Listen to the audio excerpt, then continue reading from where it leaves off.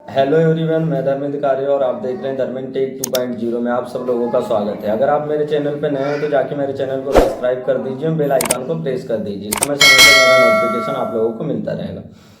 तो चलिए आज हम बात करेंगे कि आप अपने eKYC घर बैठे अपने मोबाइल से कैसे कर सकते। अभी जो eKYC का महाअभियान चल रहा है उसमें सभी परिवार के सभी सदस्यों का eKYC और भूमि लिंक करवाना है। तो आप विभिन्न माध्यमों से आप अपना eKYC करवा सकते हैं। आप CSC सेंटर के थ्रू भी आप अपना eKYC समग्र में आधार नंबर और भूमि लिंक करवा सकते हैं, या पंचायत में जाके अभी कैंप लग रहे हैं तो अपनी ग्राम पंचायत में जाके eKYC करवा सकते हैं और अपने आधार नंबर समग्र ID में लिंक करवा सकते हैं। या सबसे एक सरल उपाय है कि आप अपने मोबाइल से भी अपनी eKYC करवा सकते हैं।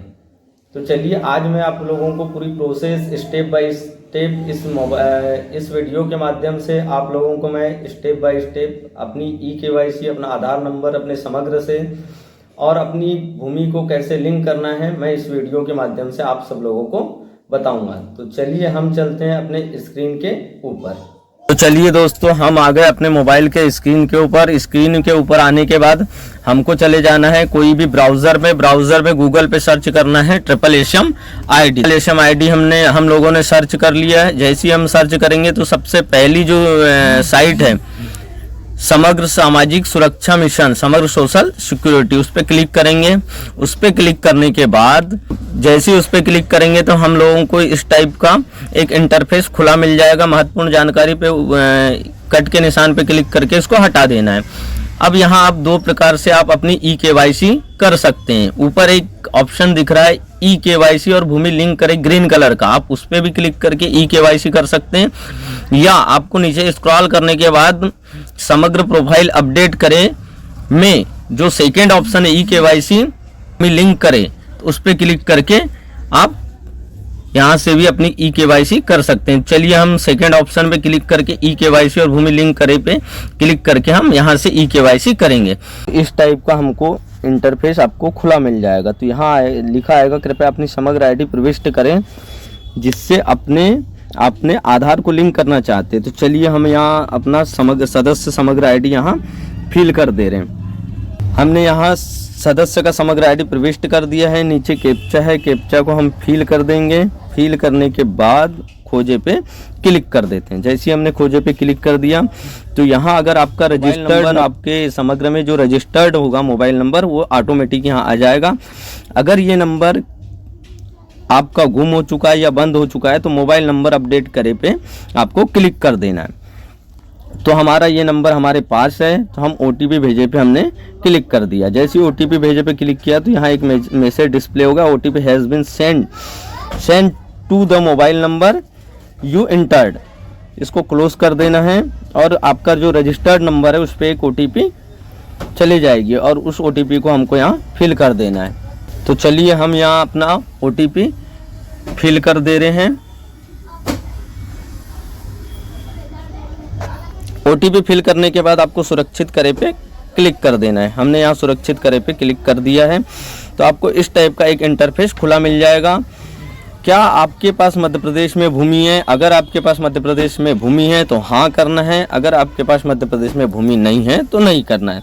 तो यहाँ हमारे पास मध्य प्रदेश में भूमि नहीं है तो हमने नई पे क्लिक कर दिया। नई पे क्लिक करने के बाद आगे बढ़े पे हमने क्लिक कर दिया। आगे बढ़े पे जैसे ही हमने क्लिक किया तो आपको यहाँ पूरा आपके आधार को अपनी समग्र ID से लिंक करें फिर आपको पूरा डाटा यहाँ मिल जाएगा। तो देखिए यहाँ आपको दो तरीके से अपनी आप eKYC कर सकते हैं। पहला है आधार पे OTP के थ्रू या वर्चुअल ID के थ्रू। तो चलिए हमने आधार पे ऑटोमेटिक यहाँ क्लिक किया हुआ है तो अपना आधार नंबर यहाँ हम फिल कर दे रहे हैं। चलो आधार नंबर यहाँ